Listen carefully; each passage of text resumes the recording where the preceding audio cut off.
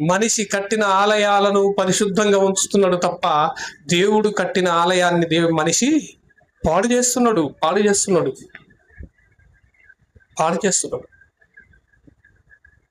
దేవుడు కోరుకునేది ఒకటే, మీ ఆలయము పరిశుద్ధంగా ఉండాలి. మీ ఆలయము పరిశుద్ధంగా ఉండాలి, అందులో నేను ఉండాలి. దేవుడు మనలో ఉండాలి అన్నప్పుడు విశ్వాసం కూడా ఎంత గొప్పగా ఉంచాడో తెలుసా? యేసు దేవుని కుమారుడైన క్రీస్తు అని మీరు నమ్మితేనే దేవుడు మీలో ఉంటాడు, మీరు దేవుని యందు ఉంటారు అన్నాడా లేదా? దేవుడు మనలో ఉండటం ఏంటి?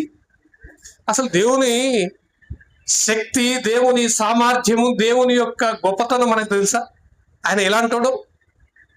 సొలొమోను గారు ప్రార్థన చేస్తుంటాడు, తండ్రి ఆకాశములు మహాకాశములు నువ్వు పట్టజాలవు నాయన, నేను కట్టించిన ఈ మందిరంలో నువ్వెక్కడ పట్టేది?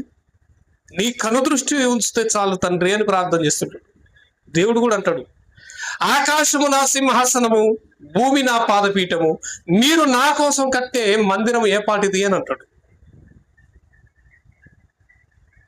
అంత గొప్ప దేవుడు ఎక్కడ ఉండాలని కోరుకుంటున్నాడు? మనిషి హృదయం అనే ఆలయంలో దేవుడు ఉండాలని కోరుకుంటున్నాడు. బంగారముతో, వెండితో, వెలగల రాళ్లతో కట్టినటువంటి మందిరంలో సొలొమోను నువ్వు ఇంత వైభవంగా కట్టినవు, కానీ నేను ఉంటాను అందులో, నేను మాత్రం అందులో అని అంటాడు.